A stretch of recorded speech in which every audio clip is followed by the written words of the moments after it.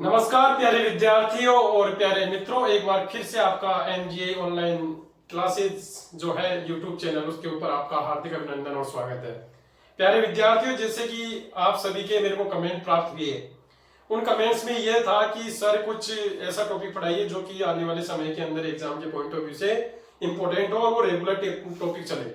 तो आज आपके लिए मैं, जैसे कि हमारे बैचेज भी जो चल रहे थे रेगुलर, उसके बेस में भी अपना एक जो टॉपिक था वो नहीं हुआ था, तो उस टॉपिक को लेकर आया हूँ और सभी को समझ में आएगा, चाहे वो हाई कोर्ट की एग्जाम हो, चाहे और भी एग्जाम हो, एसएससी वगैरह की एग्जाम हो, सबके पॉइंट ऑफ व्यू से इंपॉर्टेंट क्वेश्चन होंगे उसके, वही सारी बात करेंगे। और जो आज का टॉपिक है वो टॉपिक अपन पढ़ने जा रहे हैं, उसका नाम है वॉइस।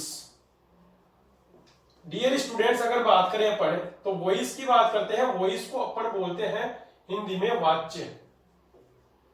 क्या बोलते हैं? वाच्य। अगर हिंदी की बात करें तो हिंदी में वाच्य होते हैं तीन। एक होता है कृतवाच्य, एक होता है क्रमवाच्य और एक होता है भाववाच्य। लेकिन जब इंग्लिश पढ़ाई जाती है तो डियर स्टूडेंट्स, इंग्लिश में जो voices, there are only two voices in English. English में वॉइस केवल कितने होते हैं? दो होते हैं। एक जो वॉइस होता है उसका नाम आपका होता है एक्टिव वॉइस। क्या नाम होता है? Active voice. और दूसरे का नाम होता है, वो होता है पैसिव वॉइस। एक का नाम होता है एक्टिव वॉइस और दूसरे का नाम होता है पैसिव वॉइस। ध्यान से पढ़ेंगे क्या होता है एक्टिव और क्या होता है पैसिव। अगर ये अपन को रूट क्लास जो अपनी बिल्कुल निचले स्तर से अपन ने जो स्टार्ट की है, अगर ये क्लास आपको समझ में आ गई तो आगे आने वाले समय के अंदर पूरी क्लासेज आपको समझ में आएगी, इसकी मैं आपको गारंटी देता हूं। और शायद आज से पहले आपने ऐसा नहीं पढ़ा होगा जिस प्रकार से मैं आपको पढ़ाने जा रहा हूं। ध्यान देना एक बार, एक्टिव और पैसिव। जैसे कि अगर अपन बात करें तो सबको पता है एक्टिव को अपन बोलते हैं सक्रिय। एक्टिव को क्या बोलते हैं? सक्रिय। और पैसिव को जब बोला जाता है तो वो बोला जाता है निष्क्रिय। क्या बोला जाता है? निष्क्रिय। यानी कि जब भी अपन सेंटेंस को चेंज करते हैं तो वो एक्टिव टू पैसिव, या फिर एग्जाम में पूछे जाते हैं वो पैसिव टू एक्टिव। यानी कि कहने का मतलब यह हुआ कि कोई सक्रिय वाक्य होगा उसका निष्क्रिय वाक्य बना दे, या कोई निष्क्रिय वाक्य होगा उसका सक्रिय वाक्य बना दे। लेकिन सबसे पहले आप लोगों को यह पता होना चाहिए कि सक्रिय वाक्य क्या होता है और निष्क्रिय वाक्य क्या होता है, कैसा एक्टिव होता है और कैसा पैसिव होता है। तो ये सब कुछ समझ में आएगा, तभी अपन को ये पूरा जो भी कॉन्सेप्ट है वो समझ में आएगा। तो देखते हैं आज क्या होता है एक्टिव और क्या होता है पैसिव। डियर स्टूडेंट्स, यहां पर ध्यान देना, एक सक्रिय वाक्य से निष्क्रिय वाक्य बनाएंगे, इसका मतलब ये निष्क्रिय से सक्रिय बनाएंगे। अगर मैं आप लोगों से ये पूछूं कि एक अपना जो सेंटेंस होता है, उस सेंटेंस के अंदर एक तो अपना सब्जेक्ट होता है, एक वर्ब होती है, एक ऑब्जेक्ट होता है और एक अदर वर्ड्स भी आ जाते हैं उसमें। एडजेक्टिव हो सकता है, एडवर्ब हो सकता है, प्रीपोजिशन हो सकता है, कोई भी हो सकता है। सब्जेक्ट हो गया, वर्ब हो गया, ऑब्जेक्ट हो गया, अदर वर्ड्स हो गए। इन अदर वर्ड्स को मैं अगर ऑब्जेक्ट इसको फर्स्ट नाम दे दूं और इसको ऑब्जेक्ट सेकंड नाम दे देते हैं। ध्यान देना, एक बात समझने की कोशिश करना। वर्ब से पहले आएगा वो सब्जेक्ट, वर्ब के बाद में आएगा वो ऑब्जेक्ट। अब ध्यान से पढ़ेंगे कि क्या तो होता है सब्जेक्ट और क्या होता है ऑब्जेक्ट। ध्यान देना एक बार, अगर सबसे पहले मैं बात करूं सब्जेक्ट की, तो सब्जेक्ट जनरली अपन यही बोलते हैं कि वाक्य में जो डूअर होता है, एक्शन करने वाला जो होता है, उसी को अपन क्या बोलते हैं? सब्जेक्ट बोलते हैं। फॉर एग्जांपल, अगर मैं बोलूं कि राम बाजार जाता है, तो इसमें बाजार जाने का जो काम कर रहा है वो कौन कर रहा है? Ram. Ram goes to market, तो इसका मतलब राम जो है वो आपका क्या हो गया? सब्जेक्ट हो गया। ऑब्जेक्ट क्या होता है? ऑब्जेक्ट होता है, ध्यान देना एक बार, ऑब्जेक्ट वो होता है जो कि सब्जेक्ट और वर्ब से अपन या तो क्वेश्चन बनाते हैं वर्ड से या फिर वूम से, वर्ड से या वूम से अगर प्रश्न बनाए और उसका जो आंसर आ जाए वही अपना क्या होगा? ऑब्जेक्ट होगा। मैं एग्जांपल के रूप में आपको समझाऊंगा। ध्यान देना, जैसे मैंने ये बोला, ध्यान देना, राम किल्ड रावण। राम किल्ड रावण। अब देखना एक बार, राम, राम है इस वाक्य का क्या? सब्जेक्ट। किल्ड क्या है? वर्ब। और रावण जो है वो इस वाक्य क्या है? ऑब्जेक्ट। क्या अपना ये रियल ऑब्जेक्ट है? इसकी बात करेंगे अपन। तो ये रियल ऑब्जेक्ट किससे पता चलेगा? बताओ। अगर पता चलेगा तो या तो पता चलेगा किससे? वर्ड से, या फिर किससे चलेगा? वूम से। अगर मैं बोलूं, ध्यान देना, ये भी समझना कि वर्ड से अपन नॉन लिविंग के लिए बनाते हैं और वूम से अपन लिविंग के लिए बनाते हैं। अब बताओ, रावण था वो एक प्रकार का लिविंग सब्जेक्ट होता है अपना, ठीक है। अगर बात करें तो राम किल्ड, राम ने मारा, whom, किसको? किसको मारा? रावण को। इसका मतलब ये अपना क्या हो गया? ऑब्जेक्ट ऑब्जेक्ट हो गया, और जिसका ऑब्जेक्ट होगा उसी का पेसिव बनेगा। उसी का क्या बनेगा? पेसिव। यानी कि अपन को एक्टिव से पेसिव में वाक्य को बदलने के लिए क्या चाहिए? ऑब्जेक्ट चाहिए। डियर स्टूडेंट्स, आपको यह भी याद रखना है कि वाक्य में एक ऑब्जेक्ट के रूप में या तो अपन यूज करते हैं नाउन का, या यूज करते हैं अपन किसका? प्रोनाउन का। वाक्य में सब्जेक्ट के रूप में अपन या तो करते हैं यूज किसका? नाउन का, या फिर किसका करते हैं? प्रोनाउन का। फॉर एग्जाम्पल, अगर मैंने ये बोला, इस राम की जगह अगर मैं लिख देता ही, ध्यान देना, और मैं बोल दूं called me, he called me. अब देखना, उसने आवाज लगाई, पुकारा। किसको पुकारा? मुझे। बूम का उत्तर आ गया दोनों से बनाने के बाद में। इसका मतलब ये अपना क्या हो गया? ऑब्जेक्ट हो गया। क्या हो गया? ऑब्जेक्ट। इसका मतलब ये क्या बनेगा? पेसिव बनेगा। क्या बनेगा? पेसिव। तो इन सब के बारे में अपन बात करेंगे कि किस प्रकार से क्या होगा, क्या नहीं होगा।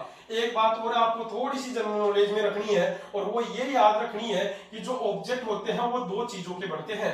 एक ऑब्जेक्ट तो बनता है वर्ब का ऑब्जेक्ट। किसका बनता है? वर्ब का। और एक बनता है प्रीपोजिशन का।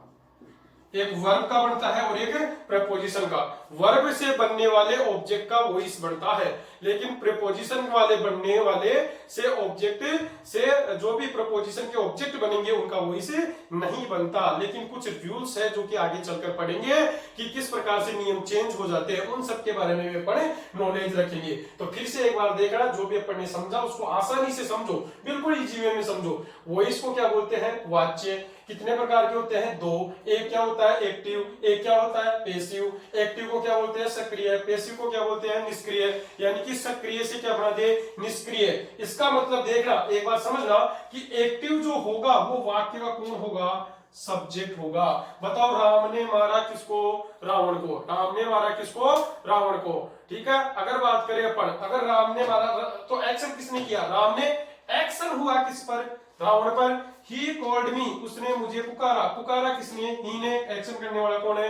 ही। तो इसका मतलब जो एक्शन करेगा वो कौन होगा? अपना सब्जेक्ट होगा। अगर इसकी बात करेंगे, आगे बात करेंगे अपन इसके ऑब्जेक्ट के बारे में। ठीक है। तो डियर स्टूडेंट्स, ये आपको थोड़ा बहुत समझ में आएगा जितना भी मैंने आप लोगों को सिखाया। अब किस प्रकार से अपन चेंज करते हैं वो सारा अपन थोड़ी देर में ही देखते हैं कि क्या क्या होता है इसके अंदर, वो देखेंगे अभी।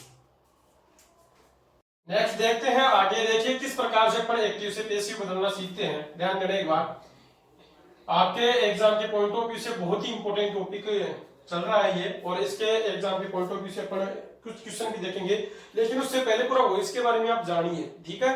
जैसे देखिए, अभी मैंने एक एग्जाम्पल लिखा था, और वो एग्जाम्पल इस प्रकार से था, राम किल्ड रावण।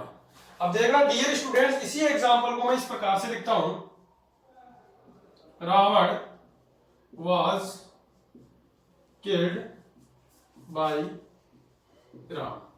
अब देखिए दोनों में अंतर क्या है वो समझने की कोशिश करेंगे, तभी अपन को एक्टिव से पेसिव समझ में आएगा। ध्यान देना एक बार, पहले सब्जेक्ट देखिए, पहले सेंटेंस का सब्जेक्ट आपका क्या है? राम है, और ऑब्जेक्ट कौन है? रावण है। दूसरे सब्जेक्ट अगर सेंटेंस की बात करें तो सब्जेक्ट का काम कौन कर रहा है? रावण कर रहा है, और ऑब्जेक्ट का काम कौन कर रहा है? राम कर रहा है। अब डियर स्टूडेंट्स, यहां से समझने लायक क्या बात है वो समझना। देखिए, राम ने मारा किसको? रावण को। इसका मतलब ये तो आपका क्या हो गया? सब्जेक्ट हो गया। ये आपका क्या हो गया? ऑब्जेक्ट हो गया। रावण मारा गया किसके द्वारा? राम के द्वारा। किसके द्वारा? राम के द्वारा। अब डियर स्टूडेंट्स, यहां पर ध्यान देना, ये ऑब्जेक्ट है, लेकिन ये जो ऑब्जेक्ट है ये प्रीपोजिशन का ऑब्जेक्ट है। किसका ऑब्जेक्ट है? प्रीपोजिशन का। ध्यान से पढ़ोगे तभी सारा सब कुछ समझ में आएगा। ध्यान देना। बताओ, राम ने किसको मारा? रावण को। इसका मतलब मैं आपसे ये पूछता हूं कि बताओ, राम ने एक्शन किया या राम पर एक्शन हुआ? बताइए। तो आप कमेंट बॉक्स में डाल सकते हो इनको, राम ने एक्शन किया, इसका मतलब एक्शन करने वाला। अब दूसरे सेंटेंस में देखो, Ravan was killed by Ram, यानी कि रावण मारा गया। इसका मतलब जो सब्जेक्ट है आपका वो कौन है? रावण है। क्या रावण ने एक्शन किया? रावण ने एक्शन नहीं किया। इसका मतलब रावण पर एक्शन हुआ, और जिस पर एक्शन होता है वो डियर स्टूडेंट्स हमेशा अपना जो सब्जेक्ट होता है वो सब्जेक्ट किसका होता है? पेसिव का। और जो एक्शन करता है वो हमेशा सब्जेक्ट किसका होता है? एक्टिव का। ये आप लोगों को पता रखना है, जो एक्शन करेगा वो एक्टिव सब्जेक्ट कहलाएगा, लेकिन जिस पर एक्शन होगा वो क्या कहलाएगा? पेसिव सब्जेक्ट कहलाएगा। इसका मतलब देखिए अपन क्या कर रहे हैं कि देखिए जो राम था सब्जेक्ट, उसको ऑब्जेक्ट बना दिया, ऑब्जेक्ट था उसको क्या बना दिया, सब्जेक्ट बना दिया।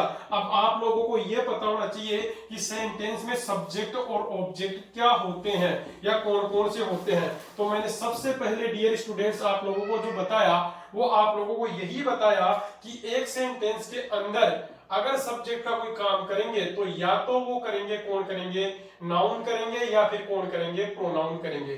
थोड़ा सा इनको भी समझना पड़ेगा। नाउन वर्ड होता है नेमिंग वर्ड और उसको रिप्लेस करता है वो वर्ड कहलाता अपना प्रोनाउन कहलाता है। ध्यान से पढ़ोगे तभी समझ में आएगा। ध्यान देना एक बार। देखिए नाउन का मतलब नेमिंग वर्ड हो गया। जैसे फॉर एग्जांपल अगर मैं आपको अभी सेंटेंस में लिख के बताऊं, जैसे मैंने ये बोला रमन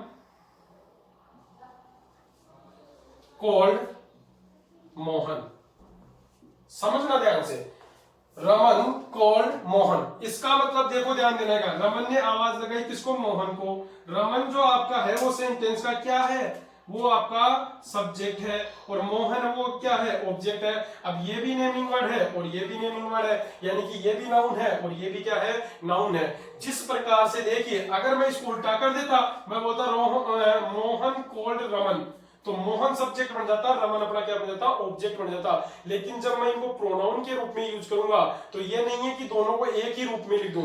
नाउन तो नेमिंग वर्ड तो एक ही रूप में लिख दिया, लेकिन सपोज दैट जैसे रमन मैं हूं तो मैं तो लिखूंगा आई, आगे मैं क्या लिखूंगा, कॉल्ड। और अगर मोहन है तो इस मोहन को अपन को ही नहीं लिखना डियर स्टूडेंट्स, क्या लिखना है, हिम लिखना है। हिम का सब्जेक्ट जो होता है वो ही होता है। ये मैं कुछ ही देर में आपको बता रहा हूं कि क्या क्या सब्जेक्ट होते हैं और क्या क्या ऑब्जेक्ट होते हैं। आप लोगों को यह पता रखना है कि सब्जेक्ट या ऑब्जेक्ट का काम सेंटेंस के अंदर या तो कौन करता है, नाउन करता है, या कौन करता है, प्रोनाउन करता है। तो आपको ये थोड़ा सा नॉलेज होना चाहिए कि क्या होता है सब्जेक्ट और क्या होता है ऑब्जेक्ट। तो डियर स्टूडेंट्स एक तरफ मैं लिख रहा हूं सब्जेक्ट और एक तरफ लिख रहा हूं उसका क्या, ऑब्जेक्ट। ध्यान देना एक बार। अगर मैं बात करूं सब्जेक्ट की तो देखिए सबसे पहले अगर सब्जेक्ट होगा तो सब्जेक्ट अगर मैं बोलूं कि आई सब्जेक्ट है, पर्सनल प्रोनाउन है, आई सब्जेक्ट है तो आई का ऑब्जेक्ट हो जाएगा मी। अगर सब्जेक्ट आपका वी है तो वी का ऑब्जेक्ट हो जाएगा अस। अगर आपका सब्जेक्ट यू है तो इसका ऑब्जेक्ट भी हो जाएगा यू। अगर आपका सब्जेक्ट ही है तो इसका ऑब्जेक्ट हो जाएगा हिम। अगर आपका सब्जेक्ट सी है तो इसका ऑब्जेक्ट आपका हो जाएगा हर। अगर आपका सब्जेक्ट इट है तो इसका ऑब्जेक्ट होगा इट। अगर आपका सब्जेक्ट दे है तो इसका ऑब्जेक्ट हो जाएगा दे। ये होते हैं प्रोनाउन। देखिए डियर स्टूडेंट्स इनमें से अपन इनको तो बोलते हैं, ध्यान देना एक बार, ये तो होते हैं फर्स्ट पर्सन, ये होता है अपना कौन सा पर्सन, सेकंड पर्सन, और ये सारे होते हैं अपने कौन से पर्सन, थर्ड पर्सन। तो ध्यान से पढ़ेंगे, फर्स्ट पर्सन हो गया, सेकंड पर्सन हो गया, कौन सा पर्सन हो गया, थर्ड पर्सन हो गया। ऐसे ही आई का जो सब्जेक्ट है उसका ऑब्जेक्ट क्या होता है, मी होता है, वी का क्या होता है, अस होता है, यू का क्या रहता है, यू। अब देखो समझ में आएगा कि यू सब्जेक्ट है और यू ही क्या है, ऑब्जेक्ट है। अभी अभी मैंने आपको समझाया कि बीच में आप रख दो वर्ब को, किसको रख दो, वर्ब को। वर्ब से पहले आएगा वो सब्जेक्ट और वर्ब के बाद में आएगा वो ऑब्जेक्ट। लेकिन ध्यान रखना डियर स्टूडेंट्स, एग्जाम बैंक में, एसएससी में, इनमें क्वेश्चन बहुत ही इंपॉर्टेंट आते हैं और मेरे प्यारे विद्यार्थियों को पढ़ाए भी है। प्रोनाउन में अपन ये भी पढ़ते हैं कि वर्ब से पहले जितने भी हैं ये ऑब्जेक्टिव केस भी आते हैं, और वर्ब के बाद में ये सारे जितने सब्जेक्टिव केस है वो भी आते हैं। उनके रूल्स बनाए गए हैं जिस प्रकार से कंडीशनल सेंटेंस के अंदर अपन यूज करते हैं, या अपन और भी प्रकार से यूज करेंगे, वो मैं आगे आने वाली नेक्स्ट क्लासेज के अंदर आपको बताऊंगा। तो ध्यान देना एक बार, ये हो गए अपने सब्जेक्ट और ये हो गए अपने ऑब्जेक्ट। अगर बात करें, सुनना, अभी मैं ये बता रहा था कि कई विद्यार्थियों के मन में यह टक जाता है कि गुरुजी यू आपका सब्जेक्ट भी है और यू आपका क्या है, ऑब्जेक्ट भी है। तो अब इसको कब सब्जेक्ट माने और कब ऑब्जेक्ट माने? डियर स्टूडेंट्स बहुत ही आसान है, बहुत ही आसान। वर्ब से पहले आ जाए तो क्या बोल दो, सब्जेक्ट, और वर्ब के बाद में आ जाए तो ऑब्जेक्ट। फॉर एग्जांपल अगर मैं ये बोलूं you met me yesterday, you met me yesterday, और एक मैं ये बोल देता इसको ही आई मेट यू यस्टरडे। तो देखिए दोनों में अंतर देखिए, एक प्रकार से अपन ने यू का यूज यहां किया है और एक यू यहां यूज किया है। तो अगर अपन देखें कि ये बताओ वर्ब से पहले हो रहा है बाद में हो रहा है, पहले हो रहा है, इसका मतलब ये क्या है, सब्जेक्ट है। ये वर्ब से पहले बाद में है, बाद में है, इसका मतलब ये क्या है, आपका ऑब्जेक्ट है। ठीक है, तो वर्ब से ऐसे इट भी हो जाता है, इट वर्ब से पहले आता है सब्जेक्ट होता है, इट वर्ब के बाद में आता है तो ऑब्जेक्ट होता है। तो आपको ये आना चाहिए कि क्या सब्जेक्ट होता है क्या ऑब्जेक्ट, क्योंकि एक्टिव से पेसिव या पेसिव से एक्टिव पढ़ेंगे तो सब्जेक्ट से ऑब्जेक्ट बदलेंगे और ऑब्जेक्ट से क्या बदलेंगे, सब्जेक्ट बदलेंगे अपन। तो डियर स्टूडेंट्स, आपको सब कुछ समझ में आना चाहिए। आज की जो क्लास है ये क्लास इसी प्रकार से आपको समझ में आनी चाहिए। पूरी क्लास देखिए, आपको कहीं पर भी कोई भी दिक्कत होती है तो कमेंट बॉक्स में जरूर लिखिए आप लोग, जिस प्रकार से हम उसमें और भी सुधार करने की कोशिश करेंगे। हम ये नहीं कहते कि हम 100% हैं, और टीचर कभी भी 100% नहीं होता है। कोई भी टीचर अगर ये बोलता है कि मैं 100% हूं तो वो टीचर कहलाने लायक नहीं होता है। ज्यादा बात नहीं करेंगे, आपको थोड़ी सी एक डेस्क और याद करनी है कि एक्टिव में क्या होता है और पेसिव में क्या होता है। तो थोड़ा सा आप लोगों को पता होना चाहिए कि एक्टिव में ऐसा होगा तो फिर उसके पेसिव में कैसा होगा। ये कुछ वर्ब है, टेंस के अकॉर्डिंग जब चेंज करते हैं तो वो सारा होता है। तो देखिए, सबसे पहले टेंस लेते हैं प्रेजेंट सिंपल, उसको वर्ब की फर्स्ट फॉर्म या वर्ब की फर्स्ट फॉर्म में क्या होता है, एस या ईएस। और डियर स्टूडेंट्स, वर्ब की फर्स्ट फॉर्म या वर्ब की फर्स्ट फॉर्म में एस या ईएस जो होता है उसको इंग्लिश की भाषा में प्रेजेंट सिंपल बोला जाता है, ये याद रखोगे। तो जब इसको वॉइस के अंदर चेंज किया जाएगा, पेसिव में चेंज किया जाएगा, तो इसको अपन चेंज करते हैं is, am, are plus V third, यानी कि वॉइस में हमेशा वी थर्ड आती है। वॉइस में हमेशा क्या आती है, वी थर्ड। अगर मैं बात करूं वही देखिए डू या डज की, है जी, हेल्पिंग वर्ब लग जाए, नेगेटिव इंट्रोगेटिव, इंट्रोगेटिव नेगेटिव, और डू और डज के बाद वर्ब की कौन सी फॉर्म आती है, फर्स्ट फॉर्म। तो इसको भी आप चेंज कर दिए किसमें, is, am, are plus V क्या, थर्ड, ये हो जाएगा। ठीक है, फिर नेक्स्ट देखते हैं प्रेजेंट कॉन्टिन्यूअस टेंस होता है, उसमें अगर अपन पढ़े तो एक तो होता है इज, एक होता है आपका एम, एक होता है आपका आर, और वर्ब की फर्स्ट फॉर्म में क्या आता है, आईएनजी आता है।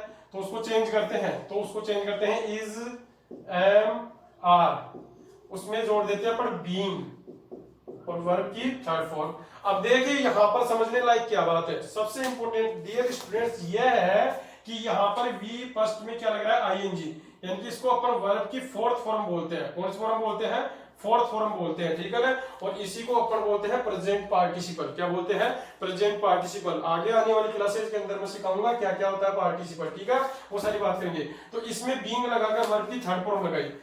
कई प्रकार से स्टूडेंट्स पूछते हैं कि गुरुजी बीइंग क्यों लगाया। देखिए डियर स्टूडेंट्स, यहाँ पर आईएनजी फॉर्म है। कौन सी फॉर्म है, आईएनजी। जिस प्रकार से आपका एक्टिव का सेंटेंस का स्ट्रक्चर चलेगा उसी प्रकार का पेसिव का चलेगा। इसीलिए अपन यहाँ पर बी नहीं लगा सकते, क्योंकि इज, एम, आर के बाद में तो वर्ब की फर्स्ट फॉर्म क्या लगता है, आईएनजी। बी नहीं लगा सकते थे, क्या लगाना पड़ा, बीइंग, और बीइंग के बाद वर्ब की क्या आ गई, थर्ड फॉर्म आ गई। इसी प्रकार से नेक्स्ट देखते हैं, अगर वाक्य के अंदर आपको पता है अगर हेज आ जाए या हेव आ जाए और वर्ब की कौन सी फॉर्म आ जाए, थर्ड फॉर्म, तो डियर स्टूडेंट्स इसको चेंज कर देता है हेज या हे, और इसके बाद में बीइंग लग जाता है, और वी कौन सी हो जाती है, थर्ड फॉर्म हो जाती है। इसके बाद में जो टेंस होता है प्रेजेंट परफेक्ट कंटीन्यूअस, उसका वॉइस नहीं बनता, लेकिन उसका भी मैं नियम बताऊंगा आपको आगे आने वाली क्लासेज के अंदर। एक वर्ब की सेकंड फॉर्म होती है और एक डिड प्लस वर्ब की फर्स्ट फॉर्म होता है। इसको आप चेंज कीजिए वॉज या वर प्लस वर्ब की थर्ड फॉर्म, प्लस वर्ब की थर्ड फॉर्म। इसी प्रकार से अगर आपको यहां पर दिखाई दे वॉज या वर प्लस वी में आईएनजी, फर्स्ट में आईएनजी, ठीक है, तो यह हो जाएगा वाज या वर प्लस क्या लगा दोगे, बीइंग, और बीइंग में वर्ब की क्या लगा दोगे, थर्ड फॉर्म। बीइंग में क्या लगा दोगे, वर्ब की थर्ड फॉर्म। इसी प्रकार से अपन पढ़ेंगे, यहां पर अगर हेड आ जाता तो हेड को जब चेंज करते हैं तो हेड के बाद में क्या लगा देते हैं, बीइंग, और बीइंग के बाद वर्ब की क्या लगा देंगे, थर्ड फॉर्म लगा देंगे। इसी प्रकार से अपन अगर यहां पर पढ़ेंगे सेल या विल, क्या पढ़ेंगे, सेल या विल, तो यहां पर अपन पढ़ेंगे इसको सेल या विल, और उसमें लगा देंगे बी, और बी के बाद वर्ब की कौन सी फॉर्म, थर्ड फॉर्म लगा देंगे। एक और बच रहा है अपना, यहां पर अगर आपको सेल या will plus have plus verb की थर्ड फॉर्म दिखाई दे तो आपको यूज करना है सेल या will plus have plus been plus verb की थर्ड फॉर्म, ये यूज होगी। ठीक है, अगर बात करें तो यहां पर देखिए, अगर बात करें तो ये आपको स्ट्रक्चर पूरा याद होना चाहिए। इसका स्क्रीनशॉट ले लीजिए, इनके ट्यूशंस वगैरह अपन करेंगे, वो करेंगे अपन नेक्स्ट क्लास में। तो डियर स्टूडेंट्स, आप आज का जो बेसिक कॉन्सेप्ट था किसका था, वॉइस का, वो जाना कि किस प्रकार से क्या वॉइस होता है और उसको किस प्रकार से अपन चेंज करेंगे। आने वाले नेक्स्ट वीडियो के अंदर मैं आपको वॉइस बनाना सिखाऊंगा और उसमें जो इंपॉर्टेंट रूल्स होंगे बिल्कुल इजी वे, बिल्कुल जीरो लेवल से अपन लेंगे और इनको पढ़ने की कोशिश अपन करेंगे। अगर आप लोगों को देखिए, आप लोगों का बहुत ही हमें यूट्यूब के ऊपर लगभग हमारे 800 प्लस सब्सक्राइबर्स हो चुके हैं और मैं यही कहूंगा कि अगर आपको वीडियो बढ़िया लगते हैं तो इनको ज्यादा से ज्यादा संख्या में आप शेयर कीजिए और लाइक कीजिए और जितना भी आप लोग हमें जितना ऊर्जा प्रदान करोगे उतने ही ताकत के साथ हम सब आपके साथ में काम करेंगे। प्यारे विद्यार्थियों, हमने एक ही जिद ठानी है और वो ठानी है कि आने वाले समय के अंदर आपको हम बढ़िया से बढ़िया करके देंगे। ज्योग्राफी की क्लास लग रही है, थोड़े दिन, 1-2 दिन के अंदर मैं शायद मैथ की भी अरेंज कर दूंगा और भी क्लासेज हैं जो कि अरेंज कर रहे हैं। करंट जीके भी आप लोग यूट्यूब चैनल पर जाके पढ़ सकते हो। एमजे चोमू के नाम से हमारा टेलीग्राम भी बना हुआ है, उस पर भी जाइए और सर्च कीजिए। बाकी की अपन जो भी बात करेंगे वो नेक्स्ट क्लास में करेंगे। बहुत बहुत धन्यवाद। जय हिंद, जय भारत, जय जय एमजीए।